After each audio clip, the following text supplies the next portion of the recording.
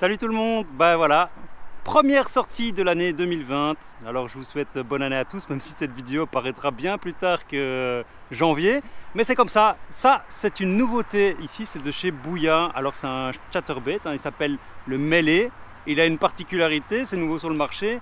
Apparemment, il peut passer les obstacles. Alors je vais tester ça, on va pouvoir tester ça aujourd'hui. Je vais carrément le mettre à rude épreuve, je vais carrément passer dans les branchages. Je vais tout faire pour essayer de l'accrocher et on verra s'il s'accroche ou s'il ne s'accroche pas. Alors un chatterbait, soit ça se pêche directement comme ça, soit ça se pêche en montant un leurre souple dessus.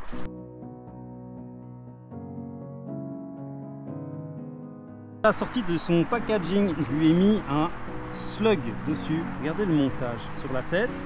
La palette, elle vient se bloquer et apparemment, elle se bloque dans cette position-ci. Et en fait, ça passe les obstacles, vous voyez, elle se bloque vraiment.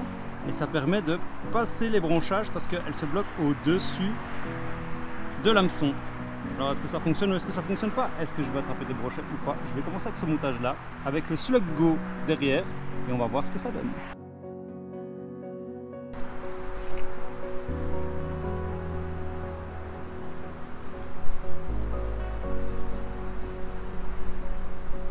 Oh, je viens de rater un broc. Encore derrière. J'ai eu une attaque, je ne savais pas si j'étais passé sur une branche ou pas.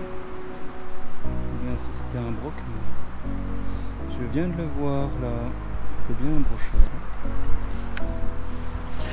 Une première attaque de brochet. Linéaire. Vibration linéaire.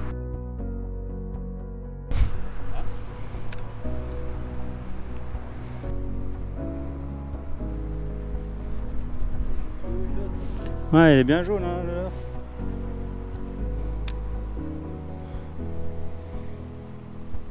C'est pas mal avec un chat comme ça derrière. J'ai la vibration plus, parce qu'en fait j'accroche pas mal d'algues en grattant un peu dans le fond.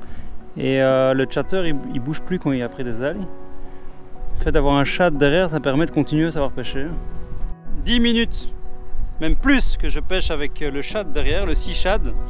C'est bien en fait parce que en linéaire du coup on a la vibration classique du chatterbait, du mêlé. Et puis dès qu'on prend des algues, parce que là jusqu'à présent à chaque fois que je prenais des algues ça ne pêchait plus. Mais là avec ce shad en fait, avec un shad ça continue à pêcher même quand on prend des algues de devant. Donc c'est pas mal. Franchement ça me permet d'avoir un compromis différent. Alors je préfère la vibration avec le slug go. Je préfère l'animation qu'il y a avec le slug go, mais vu la période et les algues qu'il y a un petit peu partout, en suspension, là, le meilleur choix pour le moment, c'est avec un shad et c'est avec le sea shad, ce type de shad très souple avec une petite caudale. Du coup, j'ai monté un autre shad dessus avec une plus grosse caudale, assez souple aussi, mais malgré tout, le chatter ne nage presque plus. Donc on a l'effet du shad, comme si on l'avait monté avec une tête plombée, plus de temps en temps une vibration qui vient du chatter. Avec des shads avec des plus grosses caudales, je trouve pas ça terrible. Je trouve que du coup on perd l'effet du chatterbait et des vibrations. Donc clairement, pêcher le chatterbait pur et dur, sans assist, sans rien derrière, sans leurre souple, c'est comme ça qu'on va avoir l'effet du leurre métallique le plus important. C'est là où on va avoir les plus grosses vibrations.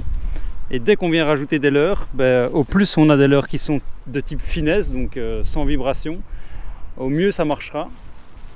Et au plus on va venir mettre un leurre qui est derrière, avec un leurre souple derrière, qui est shad avec des vibrations, ça va venir casser la nage du chatter. Donc c'est déconseillé.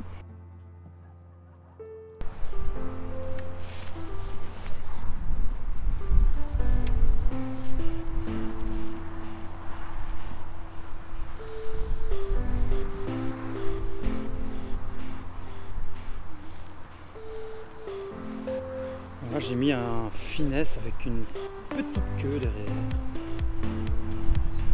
Fiche, fiche, fiche, fiche.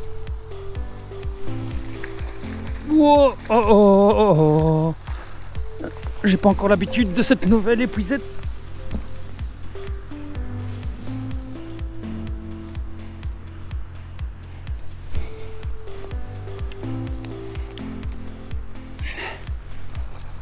Ouh, premier brochet. Donc je suis toujours sur le chatterbait, je viens de remonter un leurre finesse derrière et il n'y a rien à faire, la vibration du chatterbait. Quand on met un leurre chat derrière, ça fonctionne pas bien, donc je vous le déconseille. Là, j'ai mis vraiment un leurre finesse, c'est le Finfish de chez Lunker City. Et c'est mon premier lancé avec ce leurre souple derrière. On est sur le spot où j'avais eu un suivi tout à l'heure, donc c'est probablement lui. À moins qu'il y en ait deux, il a des belles couleurs, il est vraiment bien, il est bien jaune. Hein. Beau brochet, premier du jour. Voilà le montage avec le leurre souple derrière, Finfish, le Finesse Fish. Ça donne ça, ça pêche bien. Tape sur les... Voilà, il est reparti. Ah, je mets mon pied dans l'eau.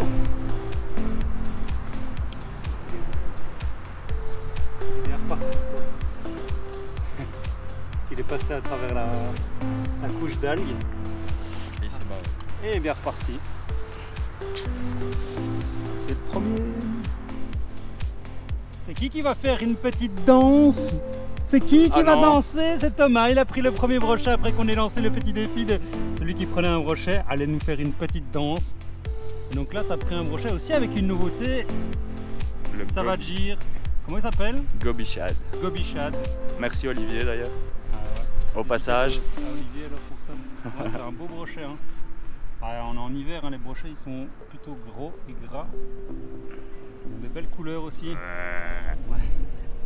Joli! Il est juste là. Bien joué Thomas. Yes. Ting. C'est ça ta danse? Ouais, non, c'était ça, tu vas la nous faire danse. une autre danse.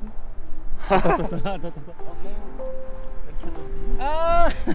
C'est bon, j'ai pas besoin d'une danse. Bon ben il nous fera pas de danse parce qu'il a tout simplement déposé sa canne Dans une merde. dans le caca. Ouais. Donc ouais, t'es exempté de danse. Vu que je dois me taper un nettoyage de canne. Miam. Bah tu sais quoi Il nettoie sa canne après avoir déposé dans une merde. Bravo Thomas, bravo. La Ouais, pêche au brochet. c'est de la tractant, c'est de la Ah tractant. ouais, voilà. Bon bah on va voir si la canne dans la merde. Bonne merde hein. Ouais c'est ça. Ah, suivi. Il est derrière. Ouais.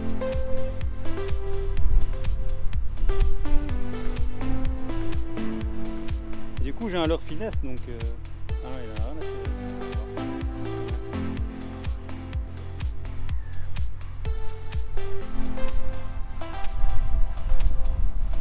Ouais, pas très gros.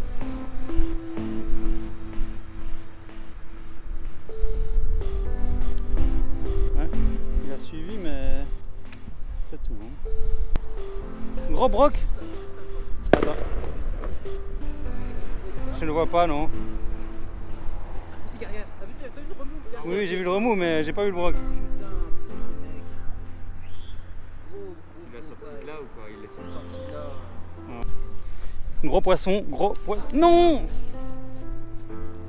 Décroché. Ah, de toute façon on aurait eu quand même. Il a été tiré. Ouais mais il aurait fallu combattre un peu plus parce que pour le mettre dans l'épuisette ça aurait pas été direct. Ah dommage. Deuxième brochet pour Thomas. Ouais. Avec quoi cette fois-ci? La l'anguille en fait. La hard. La hard anguille, la hard hill. Joli brochet aussi. Un peu plus petit quand même mais pas mal. Pas bien joué Tom. Merci. Touche Sensation, de merde, quelle mais- sensation? Touche de merde, mais ça va. Touche de merde. Poisson quand même. Tu décroches et tu remets ça dans l'eau. Ouais. Là à mon avis c'est le dernier brochet de la journée. Journée avec activité pas très élevée. Hein. Ouais, En douceur. Heureusement que j'ai un pantalon étanche. On passe la douceur. Ouais. Bon du coup ça mérite une petite danse tout ça. Prochaine fois? Prochaine fois. Chatterbait fin de journée, ça n'a pas l'air de trop marcher. J'ai plus l'attaque, j'ai eu un suivi tout à l'heure. Mais il n'a pas pris, on est passé au chat derrière. Il n'a pas pris non plus, donc je crois vraiment que c'est une journée où l'activité des brochets est assez faible. Et l'heure métallique avec activité faible, c'est généralement pas très bon.